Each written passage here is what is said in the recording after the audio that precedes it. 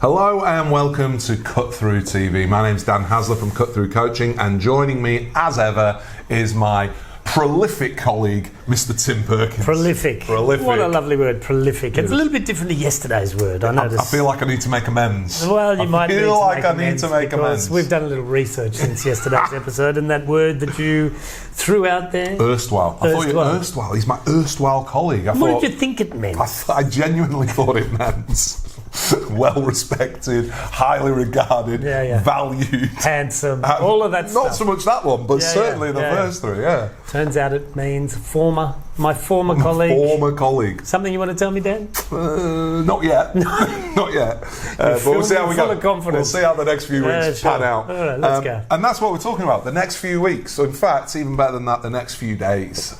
This is the second episode in our 5 Ways to Wellbeing in 5 Days. And we, I guess we just wanted to talk about really simple ways of reframing what we've got around us. You know, maybe some of us are stuck indoors, not going to work, kids are climbing the ceilings, you know.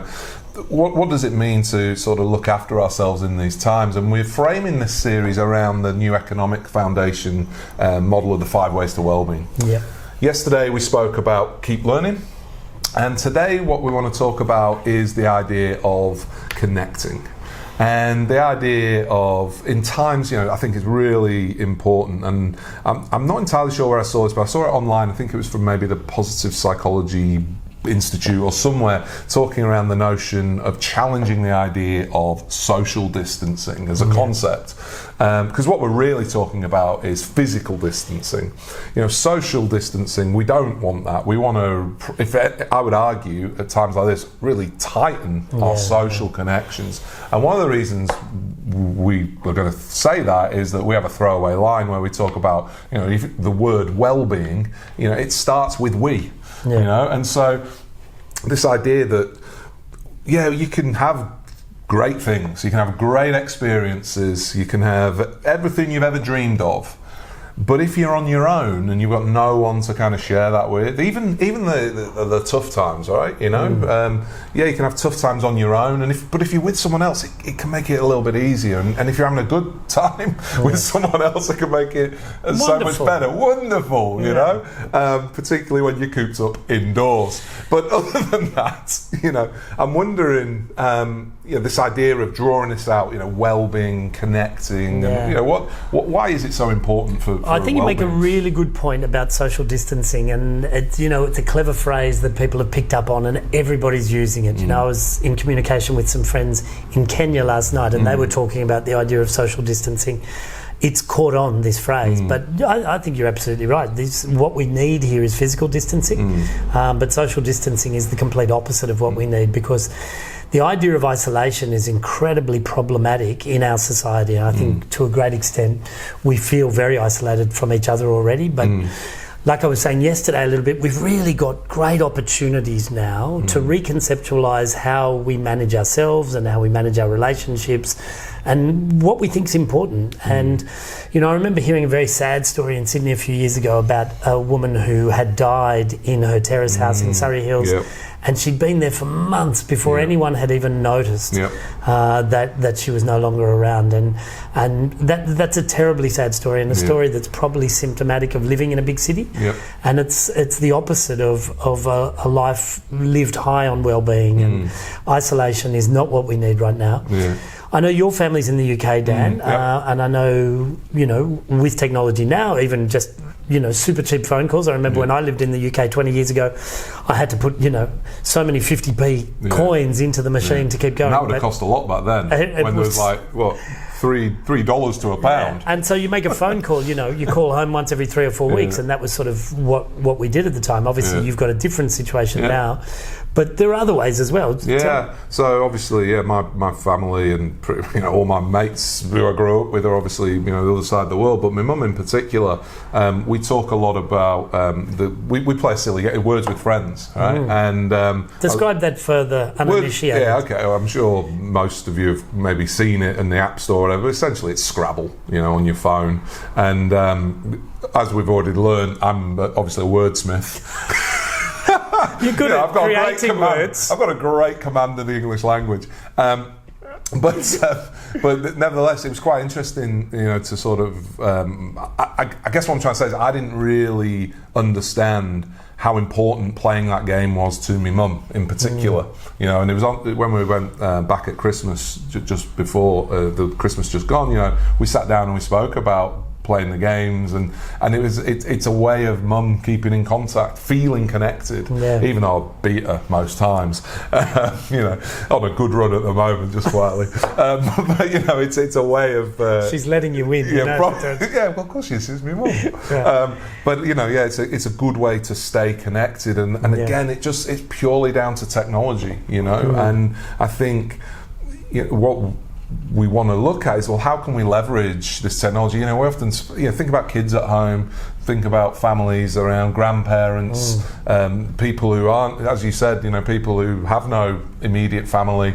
How might we leverage these remarkable pieces of kit that every house has, but we typically use it to watch Married at First Sight or whatever it's called, or cat videos? How can we actually use that to connect kids with other kids in other countries through blogs or whatever? There's all manner of programs out there. We've just been researching. We do research. In researching for this particular episode, Adopt a Grandparent. Where you can just get on there and connect with someone who perhaps has no family or whatever, but maybe Skype them or, and obviously people might get it, well, that's a bit weird, in a day when, let's be honest, in a time when you might not even know your next door neighbour's name, or you certainly don't know your next door but one neighbour's name, and we're talking about reaching out there and really connecting. But you know what? We keep saying it.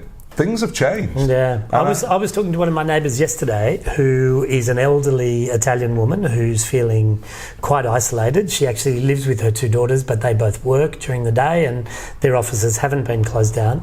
And she was amazed to get a text message from another neighbour of ours, a young fella who offered to go and get her anything that she wanted at the shops, because getting to the shops for her is a challenge. And when she told me about the text message that she got from him, she's never had a text from him before. She said she cried. And people do feel isolated, and because of what's happening in the world at the moment, people are also feeling anxiety and fear. And many of you guys at home, and us as well with our own families, it's all so unfamiliar to us to feel this weird sense of not knowing what's next. And so that personal connection is so important. We're going to be in trouble if the internet goes down, but certainly, while the phone systems are still working and the internet's still working, then we have so many opportunities to connect with each other. And I'm actually just thinking how you might tie this back into what we spoke about yesterday in the idea of keep learning. So I mentioned, I'm hoping that me and Jackson, my son, will be playing a lot of guitar together. My daughter's got a ukulele. It's going to, we're going to have a proper little family band, but also, we also spoke about the idea of jumping into online learning programs, and what most of those online learning programs have, and there's lots of informal ones as well. I'm seeing, for example, book clubs just sprout up on Twitter. Just anyone setting up, I'm reading this book, anyone else reading it in the world, why don't we have a chat about it? And I think, if we can channel our efforts into that rather than just scrolling through the endless sensationalized news. We're going to talk tomorrow actually about what we choose to take notice of. What if we just really got focused on even just these first two things, just for today? Why don't we put some links below this video, jump into a few of the things and see if you can't find a way of connecting with someone either within your family, within your extended network, or heck, go outside it, and make a connection that way. I can see some real positives coming from this once this difficult time we're going through is over, because it will pass. There's no doubt about that. And the connections that we develop now, and how they may develop further once we're back in each other's, physical sphere again.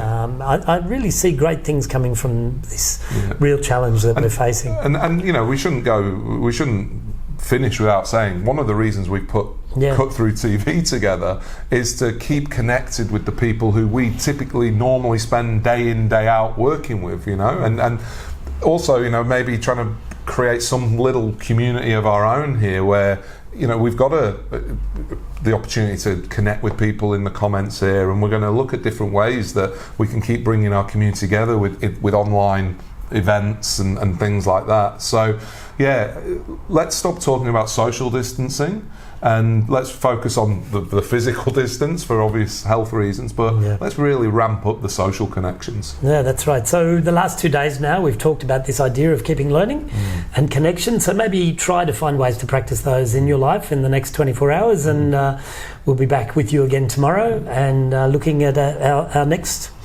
aspect. Indeed, which is, what is it? It's actually taking notice. Actually being attentive, which is somewhat ironic given I'd forgotten what it was that we're doing. That's right. But until tomorrow, thanks for tuning in. Make sure you share this as wide and as far as you can. And until tomorrow, take care and take it easy.